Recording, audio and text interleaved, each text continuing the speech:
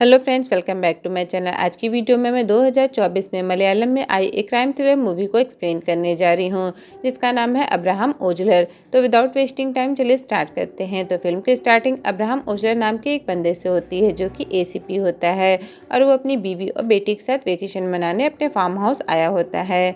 ओजलर जब अपनी बेटी से बात कर रहा होता है तो उसे ऑफिस से एक कॉल आता है, जो कहता है कि एक मर्डर हुआ है, जिसकी इन्वेस्टिगेशन के लिए उसे आना पड़ेगा।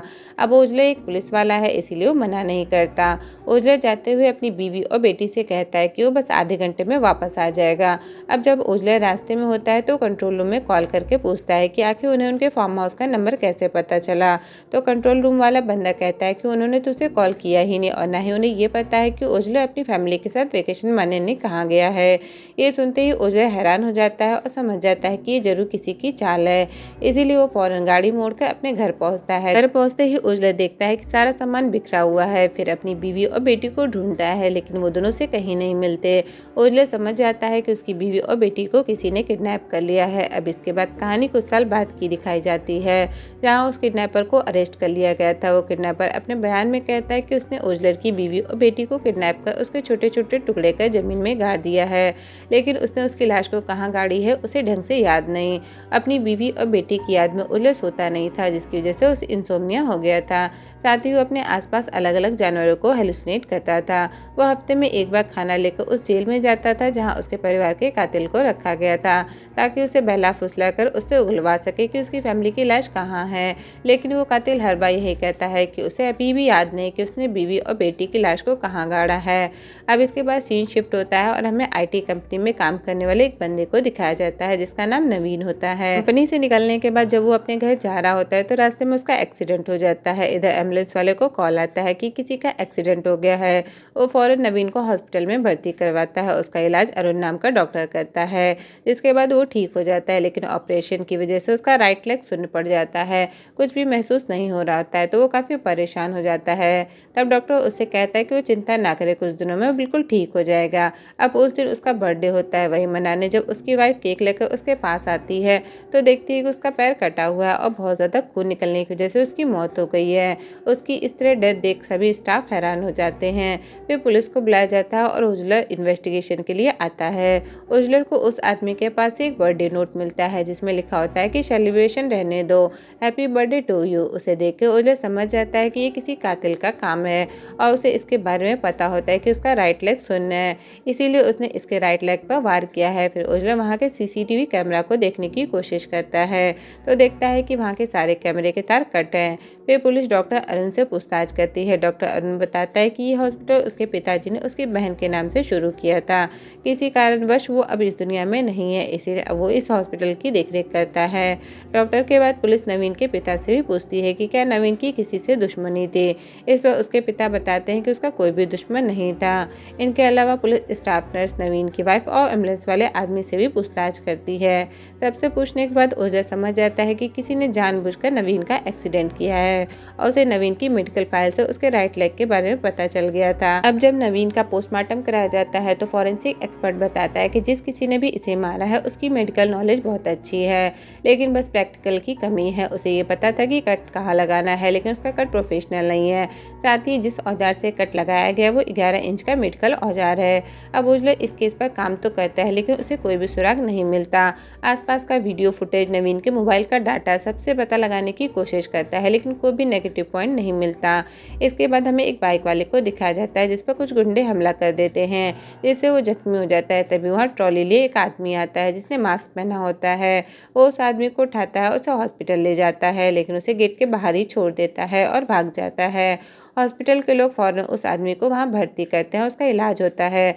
अब जब रात होती है तो अचानक से वहाँ की लाइट चली जाती है। फिर हमें डॉक्टर के वेश में एक आदमी को दिखाया जाता है, जो उस आदमी के पैर में कट लगाता है। कट से उस आदमी के पैर से खूब खून निकलने लगता है। ज़्यादा खून निकलने की वजह से उस आदमी की वहीं मौत हो जाती है। अगले दिन ओजलर और उसकी टीम को इस इंसिडेंट के बारे में पता चलता है। वो लोग जब वहाँ जाते हैं तो देखते हैं कि ये पैटर्न बिल्कुल नवीन के मर्डर की तरह है। ओजलर को यहाँ पर भी एक बर्थडे नोट मिलता है। ये देख ओजलर हैरान हो जाता जाता है कि आखिर कातिल इस तरह से मर्डर क्यों कर रहा है। फिर जब वो सीसीटीवी फुटेज देखते हैं तो उन्हें उस कातिल का पीछे का हुलिया दिखाई देता है। साथ ही हॉस्पिटल के स्टाफ से पूछने पर वो उस ट्रॉली वाले के बारे में बताते हैं। दोनों के बॉडी लैंग्वेज को समझते हुए उजलर एक बात तो समझ जाता है कि ये काम एक अकेले का नहीं बल्कि इसमें 2 लोग शामिल हैं। उजलर इस आदमी के बारे में और जानने के लिए उसके माता पिता से पूछने जाता है। यहाँ इस आदमी के पिता को अपने बेटे के मरने का कोई गम नहीं होता, वो एक नंबर का पियक्कड़ होता है। अब इसके बाद वो मांस वाला बंदा एक रेस्टोरेंट में जाता है, जहाँ वो उस रेस्टोरेंट के मालिक अशोक को एक लड्डू खाने को देता है। लड्डू खाने के बाद वो बेहोश हो जाता है, फिर उसे हॉस्पिटल ले जाया जाता है।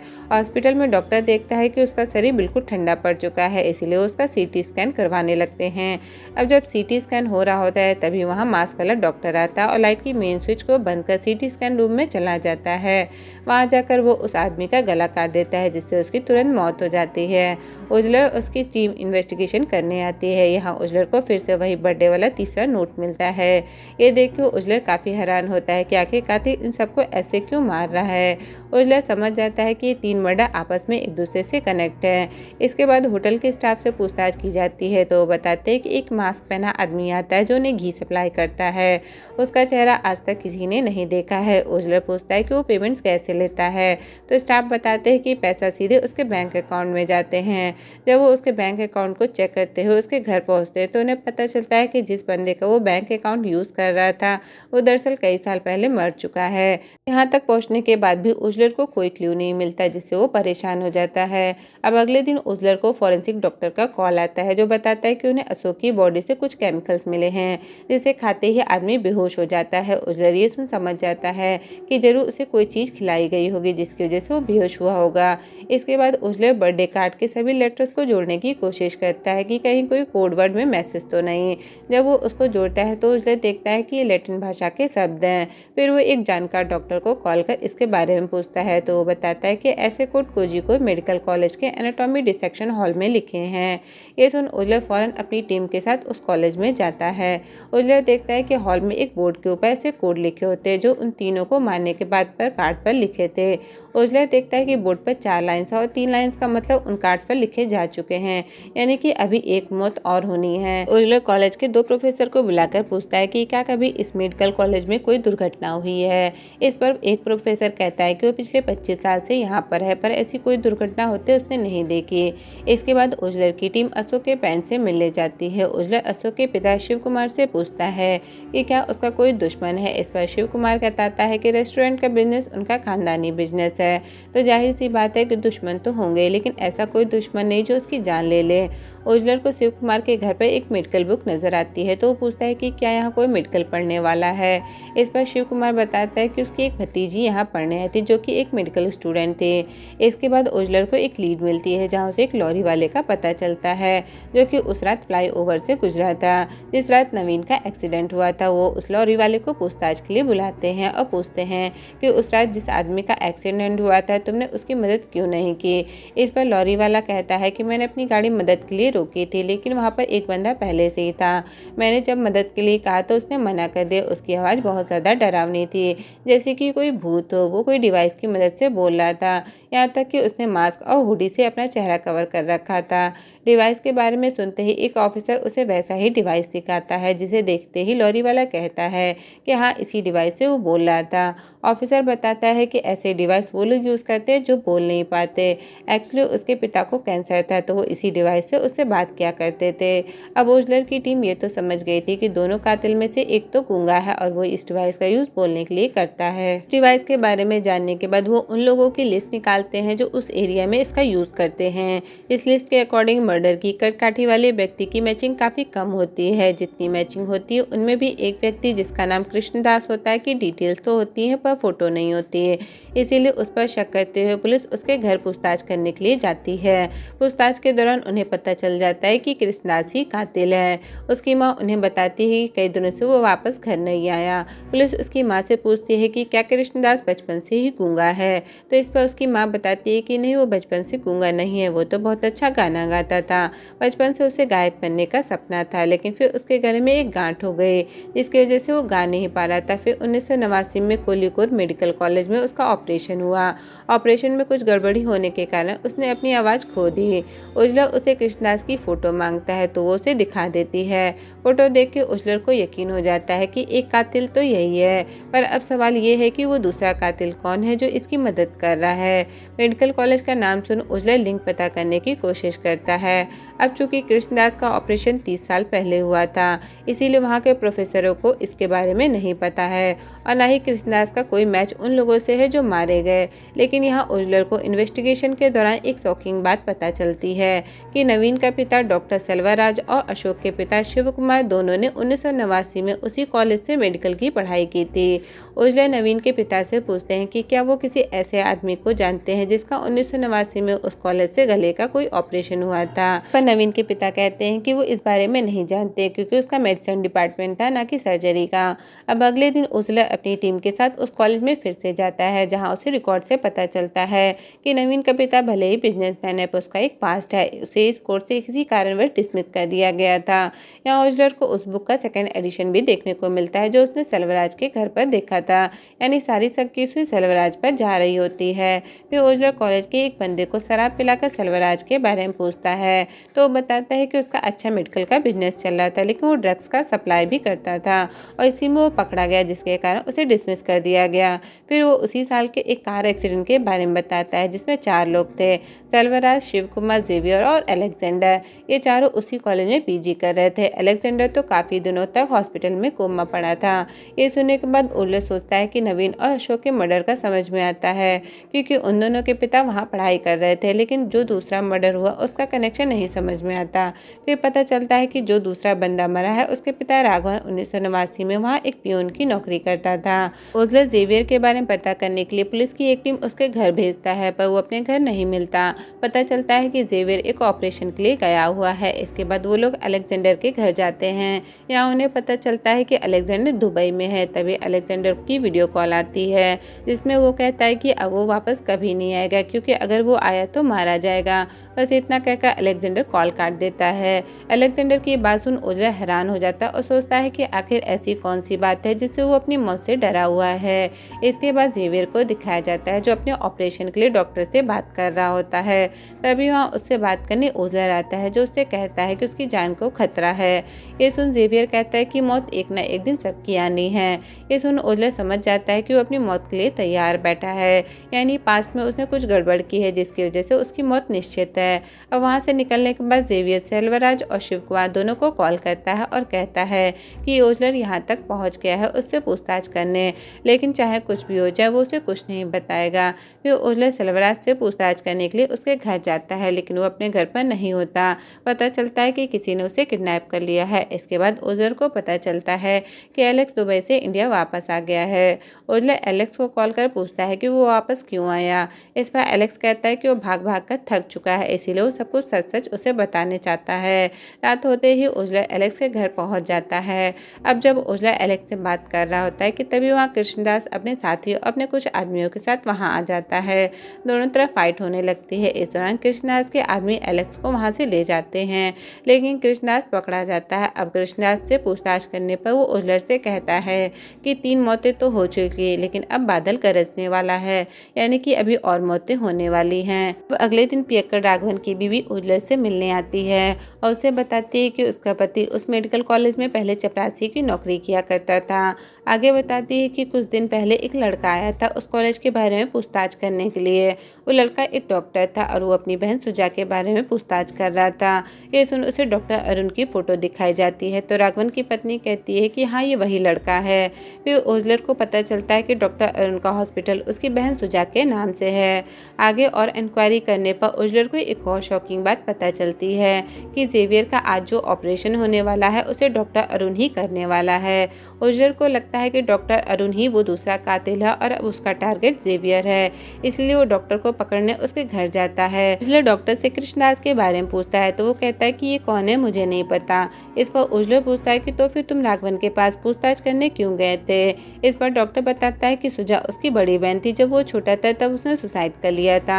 उसकी मौत की वजह क्या थी आज तक उसे नहीं नहीं पता। फिर एक दिन उसे अपनी बहन की किताब में एक फ़ोटो मिली जिसमें वो किसी के साथ थे। शायद वो दोनों एक दूसरे से प्यार करते थे। फिर उसे पता चला कि उन दोनों को छुप छुप कर मिलाने का काम राघवन करता था, इसीलिए वो उसे पूछने गया था। डॉक्टर अरुण वो फ़ोटो दिखाता है, लेकिन इस फ़ोटो में लड़के का फेस साफ नहीं होता। फिर ओजलर की नज़र एक पौधे पर जाती है और वैसे ही पौधा ओजलर ने एलेक्स के घर में देखा था। वहाँ से निकलने के बाद ओजलर की टीम उसे एक शॉकिंग न्यूज़ बताती है कि जिस अलेक्जेंडर से वो मिले थे वो असली अलेक्जेंडर नहीं है। ये जान ओजलर समझ जाता है कि असली वाले ने अपना नाम और पहचान किसी दूसरे को दे करके उन्हें गुमराह करने के लिए उनके पास भेजा था और असली वाला ही मर्डर कर रहा है। वहीं दूसरी तरफ दिखाया जाता है कि असली एलेक्स जेवियर को हॉस्पिटल से किडनैप कर ले जाता और उसे उसी मेडिकल कॉलेज के हॉल में ले जाता है। फिर वो उसे एक स्ट्रेचर पर लिटाकर उसकी कलाई में कट लगा देता है, पर एंड मोमेंट पर ओजलर अपनी टीम के साथ आ पहुंचता है और उसे गिरफ्तार कर लेता है। इसके बाद अलेक्जेंडर और कृष्णदास को एक साथ बिठाकर पूछता है कि आखिर 1989 की सच्चाई क्या है, क्यों वो सभी के बच्चों को मार रहा है। तो दोस्तों अब खुलते हैं इस मूवी के राज से असली पत्ते। अलेक्जेंडर बताता है कि 1989 में कृष्णदास बहुत अच्छा गाना गाता था और वो खुद उस मेडिकल कॉलेज में पढ़ाई कर रहा था। उसके साथ सेल्वराज, शिव कुमार और जेवियर भी पढ़ाई करते थे। वो तीनों दोस्त थे। फिर जब फ्रेश बैच का एडमिशन हुआ तो उसमें सुजा नाम की लड़की थी जो कि बहुत ही सुंदर और शांत स्वभाव की थी। उसके पीछे सभी लड़के पड़े हुए थे। सुजा काफ़ी समझदार थी, वो किसी का ऑफर नहीं एक्सेप्ट करती थी। फिर एक दिन एक केस आता है जिसमें एक आदमी पेड़ से गिर गया होता है।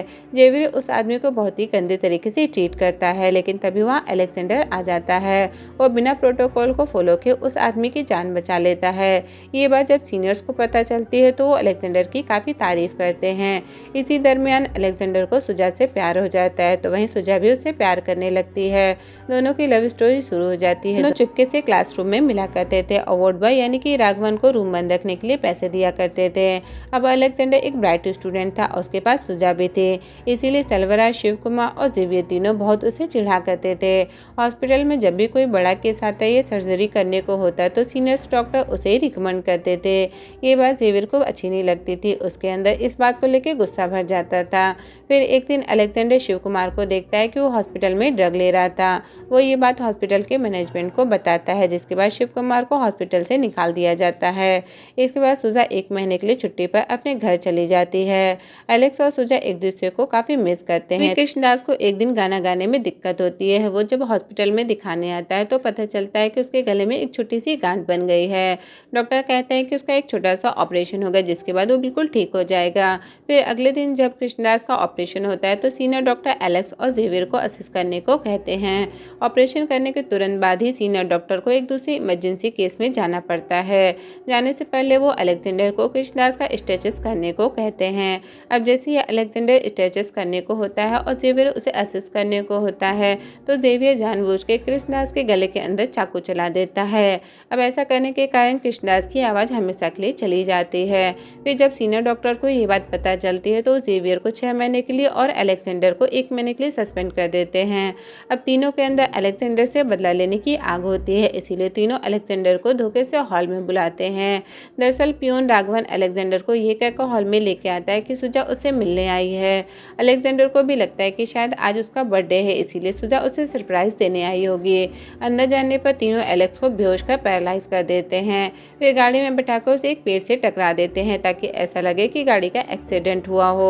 गाड़ी को इतनी तेजी से टक्कर लगती है कि एलेक्स का सिर सीधे एक पोल से टकराता है, जिसके बाद वो कोमा में चला जाता है। मौके का फायदा उठाकर जेवियर और शिवराज सीनियर डॉक्टर से कहते हैं कि कृष्णदास की गलत नस काटने के लिए अलेक्जेंडर ने ही कहा था, इसमें हमारी कोई गलती नहीं थी। सुनने के बाद वो लोग बिना पूछे एलेक्स को परमानेंटली सस्पेंड कर देते हैं। एलेक्स को कोमा में गए 8 महीने बीत जाते हैं।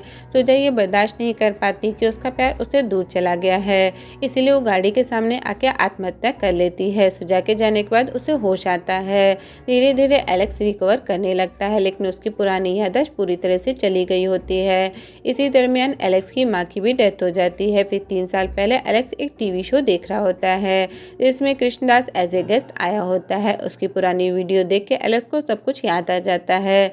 एलेक्स फिर कृष्णदास से मिलता है, उसे अपने प्लान में शामिल होने को कहता है ताकि वो दोनों मिलकर उन लोगों से बदला ले सके जिन्होंने उनसे उनका सब कुछ छीन लिया था। इस तरह उन दोनों ने मिलकर उनके बच्चों को मार डाला, लेकिन अभी भी बदला पूरा नहीं हुआ क्योंकि जेवियर बच गया है। अपनी बात बताने के बाद अलेक्जेंडर ओजलर से कहता है कि वो जेवियर से एक बार मिलना चाहता है।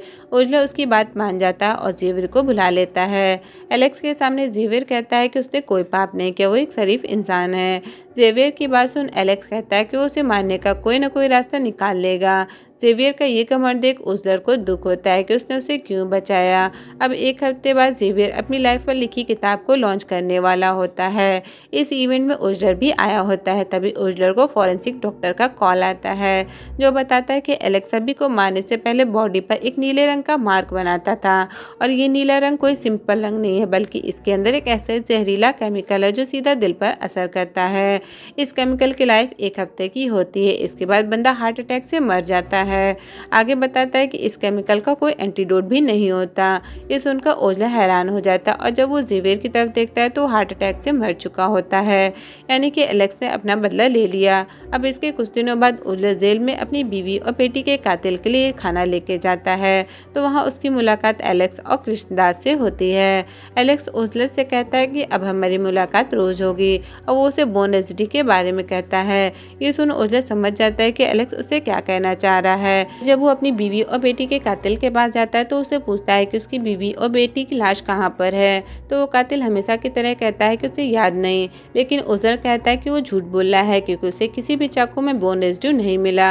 अगर उसने उसकी बीवी और बेटी के छोटे छोटे टुकड़े किए होते तो चाकू के अंदर उन्हें बोन रेसिड्यू जरूर मिलता, लेकिन उसके अंदर ऐसा कुछ नहीं था। इसका मतलब है कि उसने उन्हें नहीं मारा, यानी कि अभी भी वो दोनों जिंदा हैं। तो सच सच बता दे कि वो अभी कहाँ पर हैं। ये सुनकर कातिल हंसता है और कहता है कि सच पता करने में उसे काफ़ी देर हो गई। फिर ओजलर को वो चैलेंज करता है कि अगर वो पता लगा सके तो लगा ले कि उसकी बीवी और बेटी कहाँ पर हैं। और इसी सस्पेंस के साथ ये मूवी यहीं खत्म हो जाती है। तो दोस्तों, मूवी की स्टोरी और मेरा एक्सप्लेनेशन पसंद आया हो तो वीडियो को लाइक ज़रूर करें, और अगर अभी तक मेरे चैनल को सब्सक्राइब नहीं किया तो फ़ौरन कर लें। Thank you for watching.